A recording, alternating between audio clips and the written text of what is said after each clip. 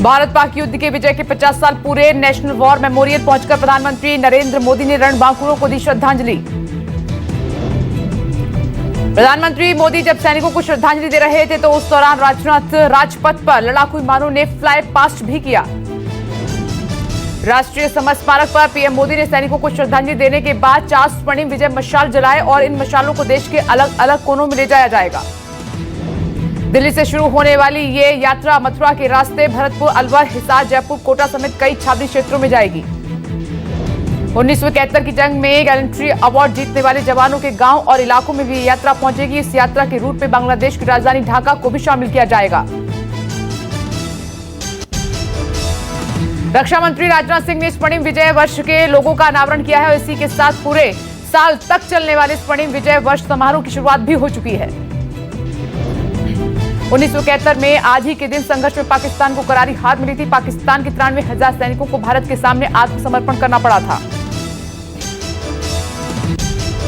किसान आंदोलन का 21वां दिन है और किसान बिल वापस लेने पर अड़े हुए हैं। आज से और तेज हुआ किसानों का प्रदर्शन। टिकरी सिंगू के बाद चिल्ला बॉर्डर पर भी जाम करने की किसानों की कोशिश लगातार जारी है। गाजीपुर बॉर्डर से चिल्ला की ओर बढ़ रहे हैं लगातार किसान। जिला बॉर्डर को रक्षा मंत्री राजनाथ सिंह की अपील पर शनिवार रात को खोल दिया गया था और उसे किसानों ने पूरी तरह से बंद करने का ऐलान किया है। सरकार और किसानों के बीच चल रहा गतिरोध और बढ़ चुका है और किसान नेताओं का आरोप सरकार फूट डालने की कोशिश कर रही है। सरकार को किसान संगठनों ने बिल पर लिखित जवाब भेजा है। कहा कि बिल में संशोधन स्वीकार नहीं है, सभी किसानों से एक साथ बात करे सरकार। किसान संगठन के नेताओं ने कहा कि 6 साल से पीएम किसी किसान संगठन से नहीं मिले हैं। रेडियो पर मन की बात करते हैं पर किसानों से बात नहीं करते। संगठनों ने कहा कि प्रस्ताव इसीलिए ठुकराया कि हम संशोधन नहीं चाहते हैं। हम सरकार की हर बैठक में जाने को तैयार हैं पर सरकार हमारी मांगों को मानने के लिए तैयार नहीं है। ਜੇ ਕਾਨੂੰਨ ਰੱਦ होंगे, इस पर अंदोलन खत्म होगा तो ਅਸੀਂ उस पर विचार करके ਅਸੀਂ भी उनके साथ होंगे।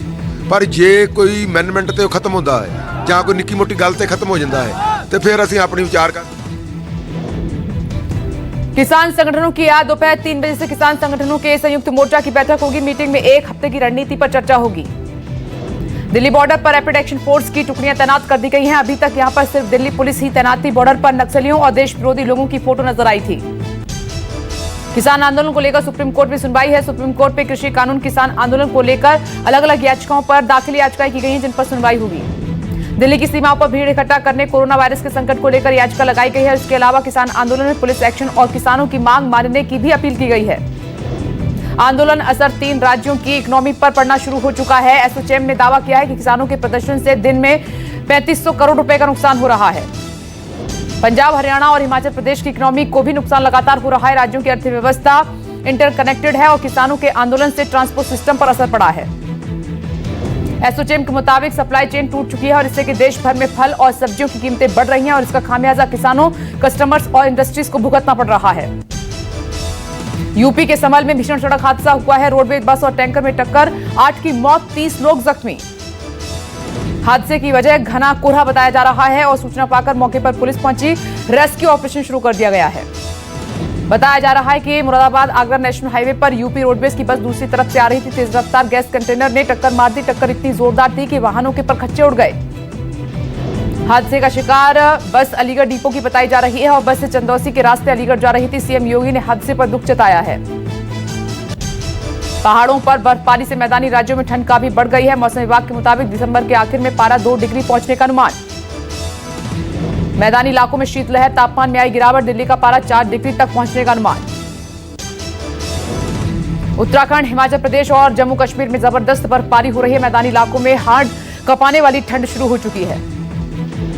मैदानी इलाकों में रहने वाले लोगों को कपकपी हो रही है। पारा गिरने की वजह से मुश्किलें काफी बढ़ रही हैं। मुंबई में तेज ठंड और कोहरे का प्रकोप देखने को मिला है। धुंध ने बढ़ाई लोगों की मुश्किलें।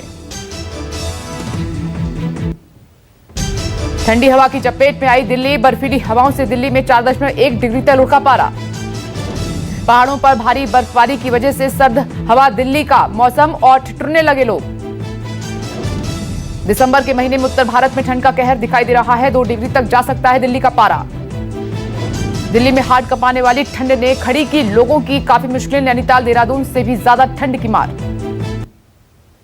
हरियाणा के गुरुग्राम में छाया कोहरा, धुंध की वजह से घटी विजिबिलिटी कम होने से लोग गाड़ियों की लाइट जलाकर चलने को मजबूर। बर्फीली हवाओं और तेज ठंड ने बढ़ाई आवाम की मुश्किलें, ठंड से बचने के लिए लोग ले रहे हैं आग का सहारा। ठंड और शीतलहर के प्रकोप से कांपी काशी, धुंध से जनजीवन हुआ अस्त व्यस्त, लोग परेशान। देश में कोरोना के खिलाफ लड़ाई लगातार जारी है। पिछले 24 घंटे की बात करें तो सामने आए 26,000 नए मामले, 387 लोगों की गई जान। पिछले एक दिन में कोरोना से 33,813 लोग ठीक हुए हैं और अब तक 94,56,449 लोग अब तक इस महामारी की मात दे चुके हैं चपेट में आकर।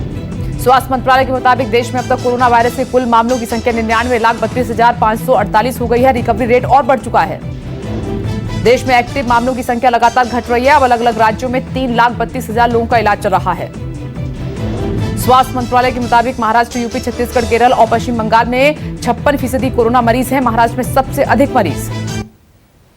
दिल्ली में कोरोना से तेजी से हालात सुधर रहे हैं। संक्रमण रेट पहली बार 2% से नीचे आया है। हर रोज आने वाले मरीजों की संख्या कम। दिल्ली में पिछले 24 घंटे में कोरोना के 1617 नए मामले सामने आए हैं और एक दिन में कोरोना संक्रमित 41 मरीजों की मौत हुई है।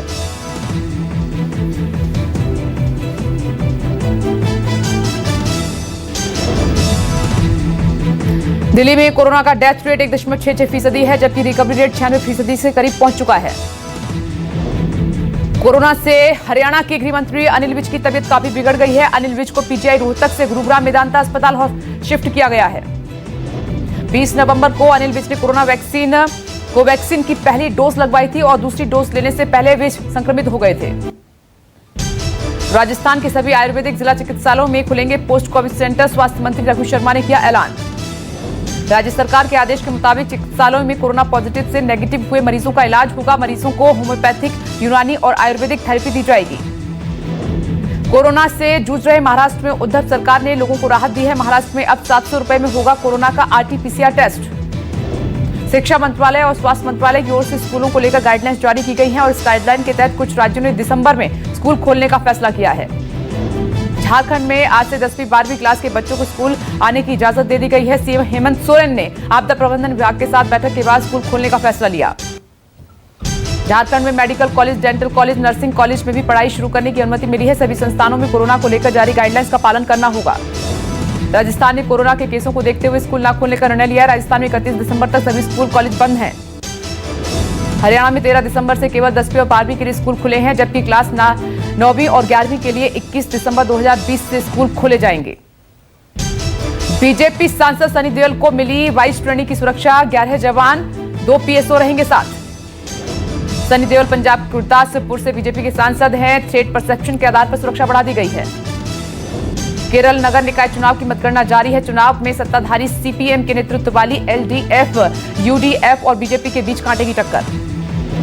चुनाव आयोग के मुताबिक 244 केंद्रों पर वोटों की गिनती लगातार जारी है। माना जा रहा है कि नतीजे केरल में अगले साल होने वाले विधानसभा चुनाव का ट्रेलर हैं। मल्लपुरम में कोझिकोड के कुछ इलाकों में लगाई गई धारा 144 कोरोना को ध्यान में रखते हुए लोगों को इकट्ठा होने से रोका जा रहा है। निर्भया कांड के 8 साल पूरे होने पर पीड़िता की मां आशा देवी ने कहा कि नहीं बैठूंगी चुप, दूसरी बेटियों के लिए लड़ूंगी। बेटी के दुख से प्रेरणा मिली। हमने संकल्प किया कि नहीं, हम ये लड़ाई, इस क्राइम के खिलाफ आवाज उठाएंगे, लड़ेंगे।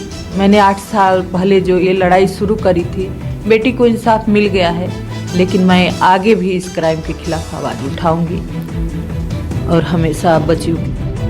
2012 में आज के ही दिन राजधानी में निर्भया के साथ हैवानियत हुई थी। लंबी लड़ाई के बाद पीड़िता को न्याय मिला था। पीड़िता की मां आशा देवी ने ट्वीट के जरिए निशाना साधा, कहा कि किसी भी मन में कानून का खौफ नहीं है। ऐसे में कानून में जो भी कमियां हैं उसे सरकार और कानून दूर करे। सीएम योगी का बड़ा एक्शन, गैंगस्टर विकास दुबे की 147 करोड़ की संपत्ति की ईडी करेगी जांच। घटना के तुरंत बाद SIT ने अवैध तरीके से हासिल की गई संपत्ति की जांच की सिफारिश की थी। यूपी में प्रशासनिक फेरबदल, 2 IAS और 4 PCS अफसरों के तबादले। पाकिस्तान ने हीरानगर सेक्टर में अंतर्राष्ट्रीय सीमा पर फिर से की फायरिंग। BSF ने दिया मुंहतोड़ जवाब। यूपी के मुरादाबाद से सामने आया लव जिहाद का मामला। दूसरे धर्म के युवक से की थी शादी। युवती ने कहा कि डॉक्टर की दवाओं से हो गया गर्भपात। 4 महीने पहले युवती ने किया था दूसरे धर्म के लड़के से निकाह। शादी पंजीकृत कराई गई थी। पुलिस ने शेल्टर होम भेज दिया था। अस्पताल के डॉक्टर्स ने गर्भपात होने से साफ इनकार किया है। महिला को उच्च स्तरीय इलाज के लिए मेरठ रेफर किया गया। बिहार के कटिहार में पुलिस ने 5 विदेशी नागरिकों को गिरफ्तार किया है। पाकिस्तान और अफगान से बताया जा रहा है कनेक्शन। गिरफ्तार किए गए लोगों के पास से भारतीय मूल के दस्तावेज के आधार पर पासपोर्ट और वीजा बरामद। IBCID और पुलिस ने गुप्त सूचना के आधार पर जिले चौधरी मोहल्ले की छापेमारी। विदेशी नागरिक कई दिनों से रह रहे थे किराए पर। यूपी के ग्रेटर नोएडा में पुलिस बदमाशों के बीच मुठभेड़ हुई है। 5 अपराधी पैर में गोली लगने से जख्मी, पुलिस ने किया गिरफ्तार। 5 बदमाश भैंस चोर गिरोह के बताए जा रहे हैं और पुलिस ने चोरी की भैंस गाड़ी, 5 तमंचे, कारतूस, रस्सी, चाकू और 50,000 कैश बरामद किया है। पकड़े गए बदमाशों पर 1 दर्जन से अधिक डकैती, लूट, चोरी, गैंगस्टर के मामले दर्ज हैं। चेन्नई में कस्टम अधिकारियों ने पकड़ा अवैध सोना। 4 पैकेट में दुबई से आया था ये सोना। 1 यात्री गिरफ्तार। MP के जबलपुर में पुलिस की कार्रवाई। नगर निगम के साथ साझा ऑपरेशन में जब्त की गई लाखों की अवैध शराब। मेरठ के बाइक बोट घोटाले में EWO टीम ने द ग्रांड वेनिस मॉल के मालिक सत्येंद्र भसीन उर्फ मोन्टू को गिरफ्तार किया है। 98 करोड़ के घोटाले का आरोप। लगातार 9वें दिन भी नहीं बढ़ रहे पेट्रोल डीजल के घट रहे दाम। पेट्रोल 83.71 रुपए और डीजल 73.87 प्रति लीटर। महिंद्रा एंड महिंद्रा की सहायक कंपनी सांगयांग मोटर कंपनी पर करोड़ों का कर्ज बकाया है। कई साल से घाटे में है मोटर। नोकिया C1 Plus का लॉन्च। बेहद सस्ता स्मार्टफोन है ये नोकिया C1 Plus। एंड्रॉइड 10 जियो एडिशन पर करता है काम। लॉन्च से पहले Redmi K40 की तस्वीरें लीक हुई हैं। ये फोन फ्रंट और रियर के मामले में काफी नए डिजाइन के साथ नजर आ रहा है। सिर्फ 5,999 रुपए में लॉन्च होगा इन्फिक्स का अपना नया स्मार्टफोन और कमाल के फीचर्स हैं। बुमराह को लेकर चिंता में है ऑस्ट्रेलिया के पूर्व कप्तान एलन ने कहा कि भारत की जीत के लिए बुमराह बेहद जरूरी। युवराज सिंह की एक बार फिर मैदान पर वापसी। अगले साल सैयद मुश्ताक अली T20 टूर्नामेंट में खेलते आ सकते हैं नजर। ऑस्ट्रेलिया के पूर्व कप्तान रिकी पॉन्टिंग और डेरेन लेहमन ने किया जो बॉन्स का सपोर्ट। पिछले खेल में नहीं दिखा पाए थे दमदार प्रदर्शन। क्रिकेट पिच पर गेंदबाजों का प्रदर्शन देख बरसे शेन वॉर्न। बोले कि बिना चुनौती दिए ही टेक देते हैं घुटने। इंग्लैंड की दिग्गज महिला क्रिकेटर ने कहा कि पहले टेस्ट मैच में ऑस्ट्रेलिया पर भारी पड़ेगी टीम इंडिया। आदि पुरुष पर बयान देकर बुरे फंसे सैफ अली खान। यूपी में निर्देशक ओम राउत और सैफ अली खान के खिलाफ केस दर्ज। अश्लीलता के आरोपों और FIR पर मिलिंद सोमन ने तोड़ी चुप्पी। मिलिंद ने कहा कि कई सालों से करवा रहा हूं न्यूड फोटोशूट। सपना चौधरी ने इंस्टाग्राम पर शेयर की अपने बेटे की पहली तस्वीर। फैंस ने दिल खोलकर लुटाया प्यार। बिग बॉस 14 में आते ही राखी सावंत ने किया धमाका। परिवार से लेकर अपने करियर तक का किया बड़ा खुलासा। नमस्कार, मैं हूं मानक गुप्ता। अगर आपको हमारा ये वीडियो पसंद आया हो तो इसे लाइक और शेयर जरूर करें और हां, हमें सब्सक्राइब और फॉलो करना ना भूलें ताकि आप देश और दुनिया की कोई खबर मिस ना करें। तो जुड़े रहिए हमारे साथ और देखते रहिए News 24।